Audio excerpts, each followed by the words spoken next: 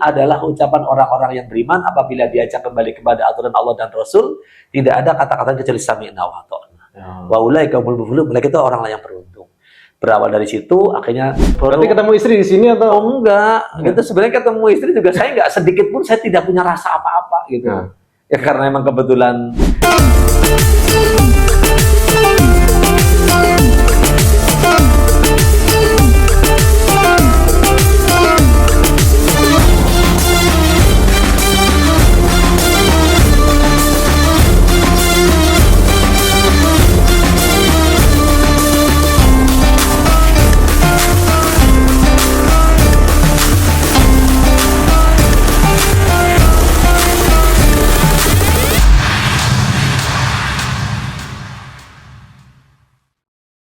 Assalamualaikum warahmatullahi wabarakatuh. Waalaikumsalam warahmatullahi wabarakatuh. Terima kasih atas waktunya Ustaz menyempatkan untuk ngobrol dengan kita di channel Media Baitul Mutakin. Mudah-mudahan bisa menginspirasi anak muda. Terima kasih. Saya tahu waktunya. Hari ini sebelah harusnya ada kajian ya. Ada Jadi kajian. kita jadwalkan jam 8 tapi bisa Kebetulan tiba-tiba meliburkan karena ada acara. Jadi kita bisa tag Lebih lebih awal. saya kepengen ini dari awal deh. Orang-orang sering nyebut abun-abun. Kenapa abun ini kan biasanya abi, abati, abah. Kok ditanamkannya di keluarga Iya. abun? Itu awalnya dari Maos kebetulan. Oh, mau. Dari Asalnya Maos dari mana? ada Ustadz Hanif Nah, yang oleh anak-anaknya, oleh keluarganya dipanggilnya Abun. Akhirnya saya juga nggak tahu menau. Kok istri saya dan akhirnya anak-anak saya manggil kayak gitu, ya sudahlah, nggak apa-apa. Gitu. Tapi kalau secara arti gimana? Enggak. Iya, secara arti ya katanya bapak gitu aja kan. sama. Kalau Abi kan bapakku gitu kan. Jadi sebenarnya nggak jadi masalah. Gitu. Jadi- Pak mau kemana Pak? Gitu ya Pak. Abi, Abun, Aban sama nggak apa-apa. Itu masih satu rumpun Nanti berarti. satu rumpun. Kalau Abi itu kan cenderung hanya untuk pribadi gitu loh. Kalau abun itu Kalau umum. Abun kan umum gitu loh. Oh. Gitu. Makanya kalau saya manggil abun itu Oh nggak apa-apa, nggak ganggu gitu. iya. Cuma memang kadang kalau orang yang nggak tahu dikiranya itu nama orang. Kayak mbah yang di Solo kan mbahnya istri Pak Abun katanya. Padahal artinya Abun itu sebenarnya Pak ya. Iya betul. Gitu. Baik. Ya akhirnya terus jadi banyak.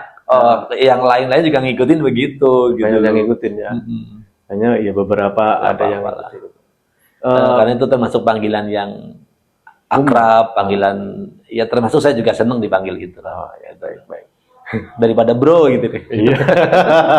Iya. iya. Lebih ini aja ya, lebih enak didengar ya. Dan cuma kadang-kadang ini karena udah banyak ya di Cilengsi ada Abun, Darusma ada ganti Ambun gitu loh. Di Maos juga begitu. Termasuk adik saya ikut-ikutan.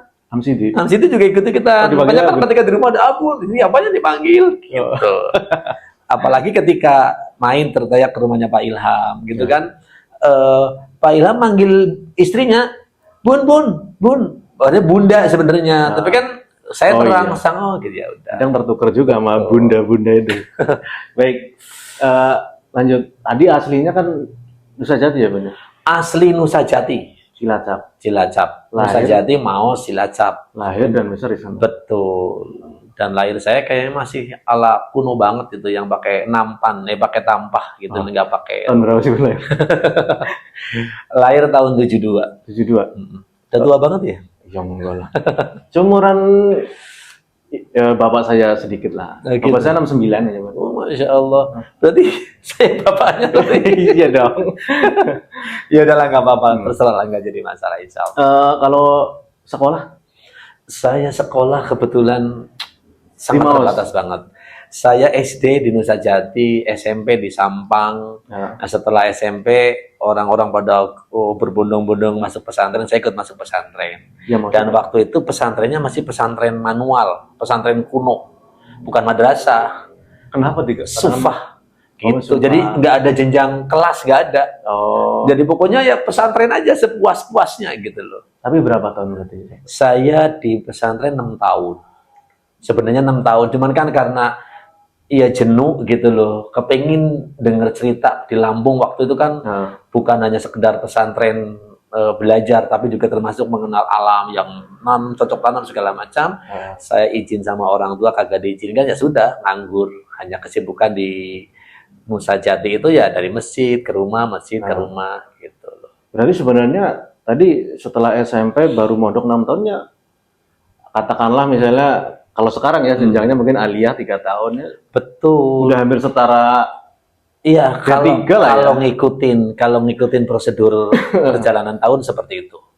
Tapi karena memang di sufah atau di pesantren ia hanya berkecimpung dengan belajar agama gitu loh. Al-Quran, hadis hanya itu aja. Jadi Nggak pernah. kayaknya siapa pun. Kayaknya waktu itu yang paling menekuni Ustadz Hanif, Ustadz Arif, Ustadz Minhaj. Walaupun masih ngalamin Oh di- masih, termasuk termasuk ngaji dengan Ustadz Minhaj. betul. Bahkan saya sering ngawal beliau taklim kemana, ke Binangun, ke Sidasari, ke Berani, ke malam Jumat dengan Vespanya gitu loh. Bahkan termasuk saya orang yang dekat dengan beliau. Bahkan pernah sengaja beliau datang ke tempat saya di Pondok Kelapa. Pertama kali saya datang ke Pondok Kelapa masih numpang di satu tempat gitu loh. Beliau tiba-tiba datang, Iya. nggak tahu dari Cilengsik mampir nyariin saya gitu loh. Dan alhamdulillah begitu saya pas kebetulan saya ada jadwal khotib. Jadwal khotib nggak kira-kira lagi di Natra, Cilengsik. Dari Pondok Lapa. Dari Pondok Lapa, akhirnya Ustaz, kebetulan ada jadwal saya Ustaz, ayo saya ikut, saya anterin. Dan kebetulan ikhwan-ikhwan juga di Natra banyak sehingga saya kenal semua lah. Gitu saya dapat jadwal khotib sekali-kalinya di Natra ada pas beliau Ustadz Minhaj. Jadi ya bersyukur banget. Bahkan begitu meninggal dunia pun saya termasuk orang yang di depan lah gitu. Alhamdulillah. Berarti masih bisa dikatakan muridnya Ustadz Minhaj. Betul, Santri Ustadz lah ya, Minhaj, Bang, ya. betul. Ustadz Minhaj gitu. Tapi yang kalau mau dikatakan kayak kepala pondoknya Ustadz Helmi, yang artinya tidur bareng di masjid gitu loh dengan Ustadz Helmi. Kalau Ustadz Hanif, Ustadz Arif kan kembali ke rumah gitu. Tapi kalau yang karena memang lingkungannya di situ. betul hari-hari di masjid ya Ustadz Helmi lah. Nah kalau datang ke Jakarta sendiri berarti tahun lalu. Subhanallah, saya disuruh datang ke Jakarta udah berkali-kali. Sama kebetulan kan ada salah satu temen sama-sama di Maos, beliau keluar duluan, kebetulan keluarganya di Jakarta, dia megang TPA di Musola Al Hikmah. Waktu itu belum masjid itu. Oh yang di Pondok Lapa. Iya, itu musola namanya. Beliau sudah memegang TPA saking kebanyakannya berkali-kali nyuratin ke saya. Dan surat selalu dikasih uang 10.000. Berangkatlah ke Jakarta, berangkat. Selalu hilang itu uang itu karena kecuci kemudian dijemur hilang. Sampai kalau nggak salah ketiga kalinya saya mau ke Jakarta, tapi saya sama siapa gitu. Akhirnya ada adiknya Pak Bahrudin, Pak siapa itu yang di Bandung. Saya mau nganterin, tapi dengan catatan ke Bandung dulu. Saya ikut ke Bandung, di Bandung seminggu, begitu hari Sabtunya beliau mengantar saya ke Pondok Lapa, nyari-nyari di tempat kontrakan, dan alhamdulillah pas beliau yang saya tuju nggak di rumah, lagi taklim di Cililitan. Nah saya nginep di situ karena kuncinya dititipin. Nah terus saya ditinggal pergi sama yang nganterin, begitu beliau pulang dari Cililitan, ngobrol-ngobrol lah semuanya, dan akhirnya betah gitu. Begitu udah betah, saya pamit pulang lagi dengan niat untuk hijrah ke Jakarta. Oh, berarti tahun 93 lah. 93. Saya baru setahun itu, Bang. Saya baru setahun. Gitu. Saya lahir 92. Oh gitu. Berarti tadi 93. 93 itu posisinya udah menikah, Bang? Oh belum. Baru. Berarti ketemu istri di sini atau? Oh enggak. Gitu sebenarnya ketemu istri juga saya enggak sedikit pun saya tidak punya rasa apa-apa gitu. Ya karena emang kebetulan salah satu adik kelas saya gitu, bukan murid ya, adik kelas. Karena kan sistem di pesantren itu tutor sebaya, kakak kelas ngajarin adiknya terus. Nah, termasuk saya ngajarin Umi gitu. Dan Umi kebetulan kan saya dengar ceritanya Umi termasuk anak buangan lah. Kok bisa dikatakan? Iya, di kampungnya itu orang tua mengharapkan bagaimana biar dia nikah. Karena memang belum mau nikah, akhirnya dia jadi pembantu rumah tangga di Jogja. Akhirnya ketemulah sama adiknya Ustadz Arif, ketemu Mbak Budi. Dan berkecimpung bertahun-tahun di Jogja. Akhirnya kisah singkatnya Mbak Budi selesai kuliah di Jogja, pulanglah ke Maos. Nah begitu sudah pulang ke Maos, ini gimana caranya saya bisa ikut ke sana? Itu yang saya dengar haru ceritanya Umi itu berangkat tanpa tujuan, tanpa tahu arah gitu. Pokoknya berangkat aja ke Cilacap gitu loh. Nah sampai di Purworejo kalau nggak salah, dia akhirnya terus ada yang membisikin suruh turun. Akhirnya dia nyari temen yang pernah kerja di Jogja, ketemulah gitulah, nginep di sana. Akhirnya begitu hari berikutnya berangkat ke Maus, ya ke Cilacap sih bukan ke Maus. Terus dia pokoknya tujuannya ke Cilacap aja, taunya Mbak Budi gitu. Itu tadi begitu udah sampai di gang pesantrennya Ustadz Arif, kok ada bisikan turun di sini, turun di sini, turun di sini, turunlah gitu karena pakai jilbab. Akhirnya tukang-tukang becak kan paham gitu, yuk mau kemana gitu. Iya pokoknya tahunya orang pondok diantar lah. Itulah yang akhirnya kisah singkatnya sampai seperti itu. Nah akhirnya setelah berjalan itu karena memang tidak berbiaya, Umi itu ceritanya jadi diangkat sebagai anak angkat di situ, tidak punya biaya dan tidak diakuin sama orang tuanya, malah anggapannya karena suruh nikah malah kabur gitu bahasanya. Itu awal cerita itu. Betul, akhirnya begitu udah diangkat anak oleh Pak Sualman, sehingga ya belajarnya juga asal belajar. Karena nyambi di dapur, dia megang dapur, belajar dapur, belajar terus gitu loh. Dan yang lebih dekatnya lagi dengan kita muslimin itu ketika ada pelajaran ekstra jahit. Itu kalau kan dibarengin gitu sama salah satu guru di Maus, bareng muslimin muslimat, nggak banyak, cuma bertujuh atau bersepuluh lah gitu. Jadi latihan jahit segala macam itu lebih dekat gitu. Nah saking dekatnya akhirnya ya udahlah, namanya sama-sama pesantren kita nggak pernah berpikir macam-macam gitu. Nah suatu saat saya disuruh ngajar tarikh kalau nggak salah di muslimat gitu. Jadi kakak kelas suruh ngajar, saya tahu lah Umi tuh nggak bakal bisa gitu, makanya saya tunjuknya dari arah, kalau Umi di sana saya nunjuk dari sana, dari sana ya gitu lah. Berikutnya lagi gitu loh, Umi kok di sana, saya tahu daripada saya Umi tunjuk nggak bisa, malu ya. Gitu, saya tunjuk dari sana gitu, ternyata terungkap sekarang ini orang saya kepingin ditunjuk nggak ditunjuk gitu. Akhirnya terus terungkap gitu loh. Ceritanya saya disenengin sama seseorang yang ternyata pesuruhnya, kurirnya adalah Umi. Oh, bukan Umi malah. Bukan Umi, jadi ada yang nyenengin ke saya, tapi Umi yang terus jadi pengantar lah gitu. Oh, dari pos gitu. Nah, akhirnya malah kayak nyanyian pagar makan tanaman. Gitu. Itu nyata berarti ya. Gitu. Ya udahlah, tapi kisah singkatnya itu jauh dekatnya dengan Umi seperti itu. Berarti nikah tahun berapa?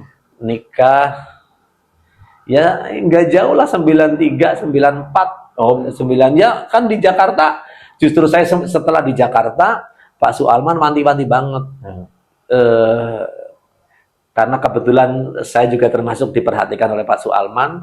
Bahkan kisah pernah, Umi kan kalau pesantren nggak pernah libur. Kalau toh mau kepengen pulang selalu diantar sama keluarga Pak Sualman.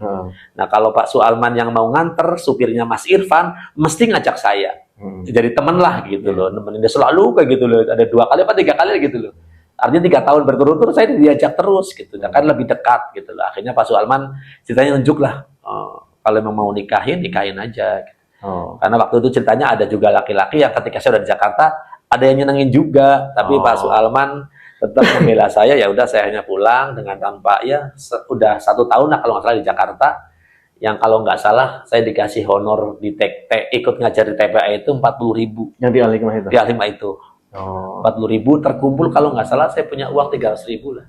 Saya serahkan ke ibu, Bu, saya mau nikah, panggilannya Boke lah, bukan Bok. Saya kasih uang 300.000, terserah, pokoknya saya mau nikah, gitu.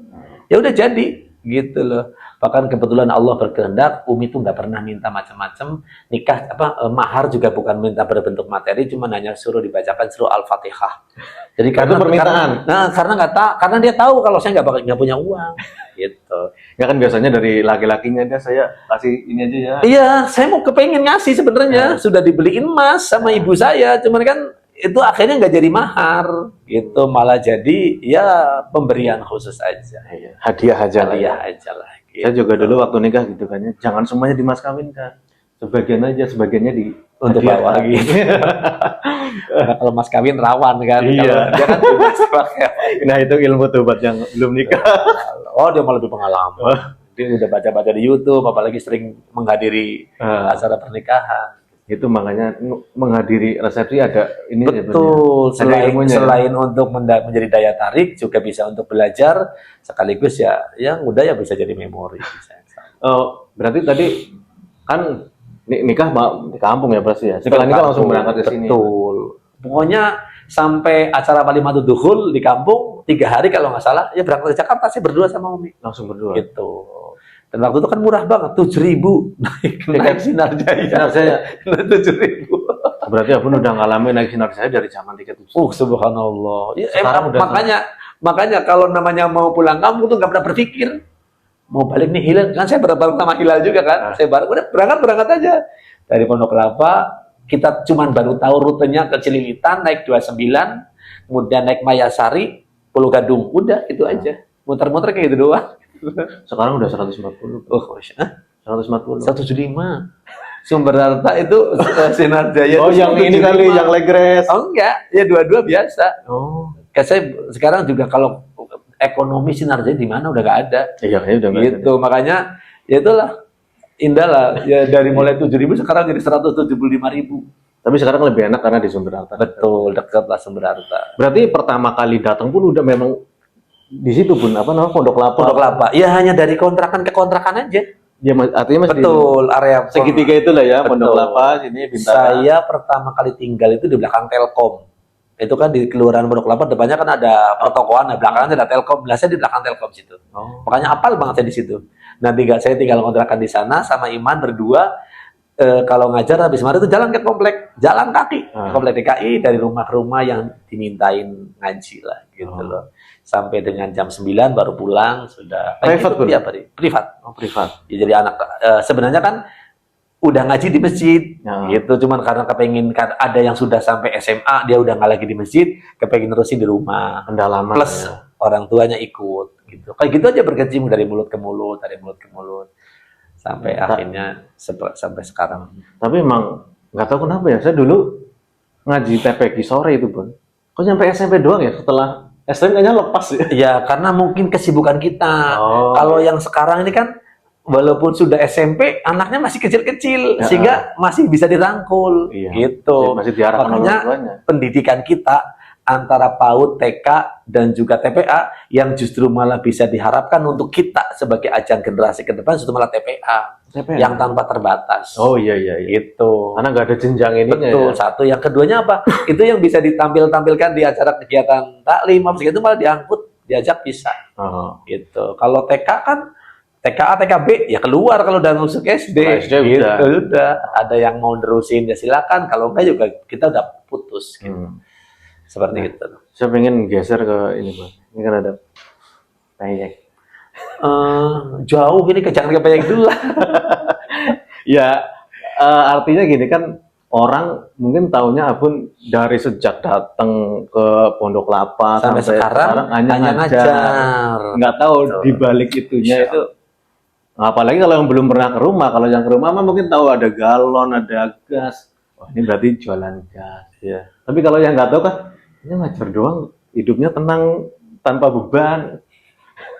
Berarti tadi ini selain tadi ya, kalau kayak gini udah jalan dari kapan? Ini mah sebenarnya dari mulai corona ke sini. Oh, baru banget. Baru banget. Kalau yang sebelumnya? Sebelumnya kita nggak punya kesibukan apa-apa. Serius, ya hanya ngaji aja. Kita nggak punya kegiatan mikirin bisnis apa, nggak kepikir. Sedikit pun nggak kepikir. Ya kebetulan juga Umi waktu itu belum bisa mau berbuat apa gitu. Tapi yang jelas hanya ngaji gitu aja. Saya waktu itu kalau plus maaf lah gitu ya, bahasa pembantu rumah tangga sih enggak lah, bantu nyuci gosok di rumah-rumah yang dikenal gitu, di rumah-rumah gitu. Umi sama bapak bayi, kemudian nyuci gosok. Saya kalau malam selain ngajar juga menerima urut. Gitu, jadi ngurut. Bisa ngurut juga sebenarnya. Gitu, alhamdulillah dari situ mulai ngurut sampai ya kenal sama orang-orang kaya gitu loh. Sampai akhirnya dengan berawal dari ngurut, kemudian ngajar ngaji gitu. Ngaji juga cuman saya nggak kemana-mana, waktu ngaji hanya dari masjid terus ke rumah yang privat itu aja. Di area situ. Di area situ saja. yang luar biasanya saya bisa mulai naik jenjang dari ngajar anak-anak menjadi ngajar orang tua. Kebetulan Allah memang mulai membukanya. Ada salah satu majelis taklim di Al-Hikmah kalau nggak salah hari Jumat. Tiba-tiba ustadznya kagak datang. Saya lagi ngajar TPA itu. Oh, Gitu. Waduh, kan nggak mungkin bubar dong pengajian. Akhirnya saya suruh ngisi pengajian. Ya saya sekarang ngisi pengajiannya ya ala TPA lah. Aduh, saya kok disuruh ngisi ngaji ibu-ibu gitu loh. Sudahlah, bismillah, saya masuk, saya tuliskan satu ayat kalau di papan tulis pendek lah. Innama kana qaulal mu'minin idza du'a ila Allah wa rasulih liyahkuma bainahum ayyaqulu sami'na wa ata'na. Saya tulis lengkap. itu pertama tuh Pertama kali yang saya kenalkan. Akhirnya saya ajar, saya ajak berulang kali. Saya tuntun kepada ibu-ibu, satu kata saya hapus, satu kata saya terus, sampai akhirnya terhapus semuanya apal.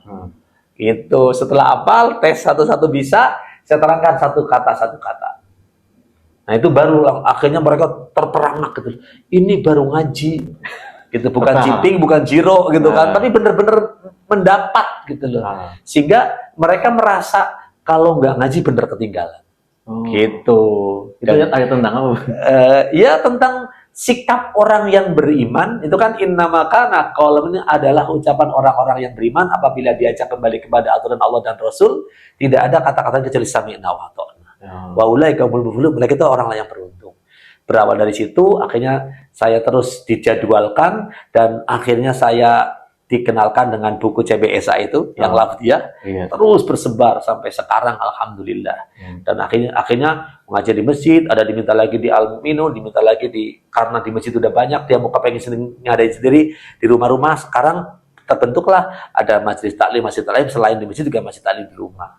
Karena mereka nggak mau banyak-banyak. Ya terhitung sekarang ada 5 atau 6 masjid taklim lah yang saya kenalkan dari situ, dari CBSA itu. Kalau total keseluruhan ini termasuk yang di masjid ini mungkin yang Abun kelola ini ada berapa? Kalau yang di jamaah saya nggak ngitung. Kalau jamaah maaf lah, kalau jamaah kan itu lebih banyak nilainya amal soleh. Kalau yang di luar itu ya tahu sendiri sih, hari cuma 7. Tapi Sabtu Minggu tuh hanya dipakai untuk jamaah. Bisa 3 kali sehari itu? Oh enggak. Saya paling 2 kali lah, pagi dan sore. Oh iya, siang gitu. Ya? Siang enggak. Dari pagi dari jam 10 sampai zuhur, sore dari jam 4 sampai setengah 6. Gitu. Nah, ada tambahan yang malam cuma 1. Malam Rebo. Gitu. Yang di Bintara itu. Bintara itu. Gitu doang. Coba kalau mau dihitung berapa? Ya cuman itulah ya sekitar 5 gitu, 5 majelis taklim lah. 5 kali 2 10 misalnya. Oh, di situ enggak. Ini yang banyak orang tidak tahu. Dikirain kayak orang belajar privat yang 1 jam 200.000, enggak gitu. Saya dibayarnya bulanan. Kayak orang kerja di pabrik. Betul sekali. Jadi ya nunggu bulanan lah. Dan itu dari majelis satu majelis satu itu juga bervariasi. Maaf kalau kita nggak boleh pakai tutup-tutupan biar orang juga tahu.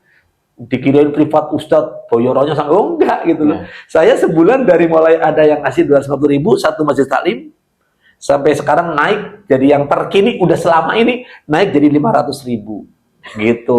Yang terbesar kalau boleh mau saya sampaikan ya sebagai tahadud fi nikmah dengan saya kenal wisata hati. Gitu. Itu yang besarnya kayak tadi lah 2 juta lah dalam 1 bulan. Gitu. Ya sama dengan sebulan itu kan 4 kali pertemuan kan. Gitu. Ya kayak gitulah. Hanya itu. Makanya kalau dihitung-hitung ya kagak nisab. Gimana mau nisab? Ya cuman kan saya sih berpikir ya Allah cukupkanlah ya Allah. Allah cukup walaupun anak saya banyak, terus orang yang numpang ke rumah juga banyak gitu. Saya kebetulan begitu saya di Pondok Kelapa, subhanallah, orang-orang dari kampung kalau transit mesti di rumah saya. Sampai-sampai Bu Sualman itu bilang pesantrennya pindah mari Pondok Kelapa gitu loh. Kalau semua ikhwan-ikhwan dari remaja sampai orang tua kalau ke Pondok Kelapa pasti mampir. Dan bukan sekedar mampir, nginep. Sampai berapa hari? Sampai dapat ini ya. Sampai dapat pekerjaan. Bahkan sampai ada 2 atau 3 muslimat yang tinggal di rumah. Termasuk kayak Mbak Nita, Mbak Ika, itu kan anak-anak yang ngurusin anak-anak saya itu dia gitu. Subhanallah, karena kebetulan saya tinggalnya atas bawah sehingga bebas, dia di atas, saya di bawah, jadi nggak ada masalah gitu. Bisa tetap terjaga lah. Betul sekali. Jadi itulah yang saya jadi merasa banyak berbuat baik kepada orang-orang yang transit gitu loh. Tapi gini Bun, tadi Abun kan mungkin kalau dari ngajar itu dikit, tapi kan yang tadi Abun bilang Umi kadang bantu yang nyetrika. Iya, tapi Tapi itu berkembang nggak, Bun? Oh, enggak. Enggak. Ya terpuruk dengan sendirinya lah. Karena yakin walaupun Umi tetap semangat mau, orang yang nyuruh yang pakai bu. Masa istri ustad gitu kan. Gitu. Walaupun sebenarnya itu kan kita belum jadi ustad, hanya TK TPA saja kan gitu. Ya, tapi kan tetap pendidik sih.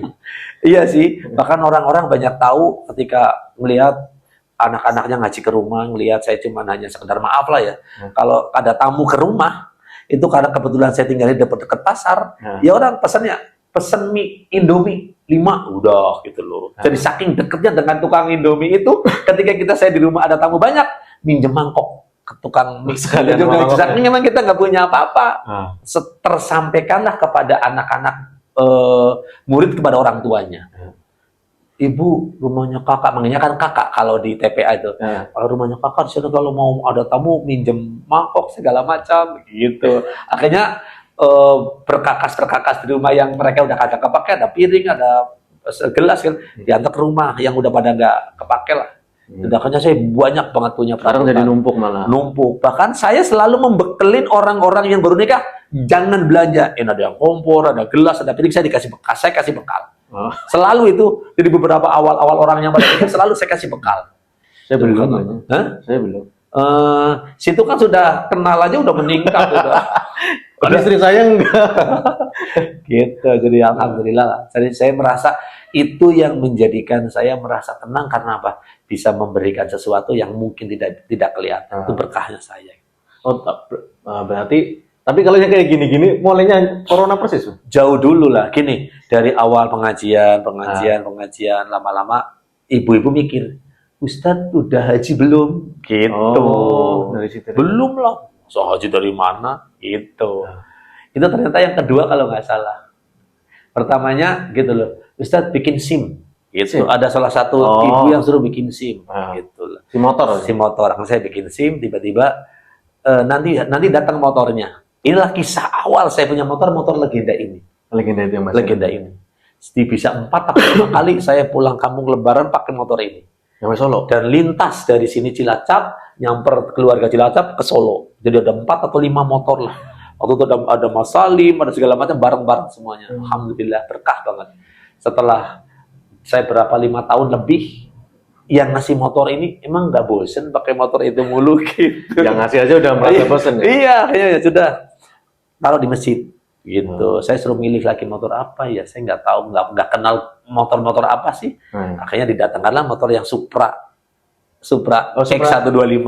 Itu gantinya legenda ini. Itu aja sih intinya.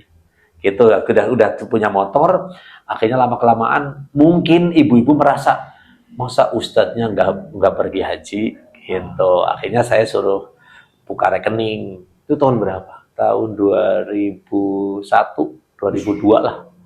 Gitu. Lama ya, saya karena nggak lama lah. Saya berangkat 2005, kalau nggak salah 2005 berangkat haji. Lalu di sekarang kan lama, sudah 20 tahun. Ya karena waktu itu